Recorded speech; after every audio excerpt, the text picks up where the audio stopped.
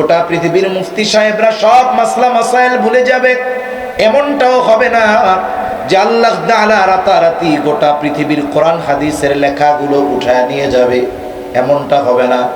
বরং সময়ের সাথে সাথে কোরআন হাদিসের লেখা ছাপা পৃষ্ঠা যত সময় যাচ্ছে তত উন্নত হচ্ছে।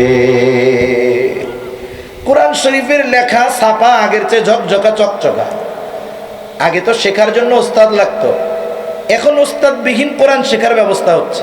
একটা কোরআনের বিজ্ঞাপন দেখলাম, এটার নাম হলো কিউআর কালার কোডেড কোরআন। কিউআর কালার কোডেড কোরআন। এর ফজিলতটা কি? তো ফজিলত হইল মানুষের কায়দা মুখস্থ রাখা কষ্ট। অনেক সময় মুরব্বী যারা আছে মসজিদগুলোতে বয়স্ক কোরআন শিক্ষার যেই ক্লাসগুলো থাকে, অনেক মুরব্বীর অভিযোগ, হুজুর এই এত কায়দা বেকায়দা মনে থাকে না, কায়দা মনে রাখতে গেলে আমরা বেকায়দায় পড়ে যাই।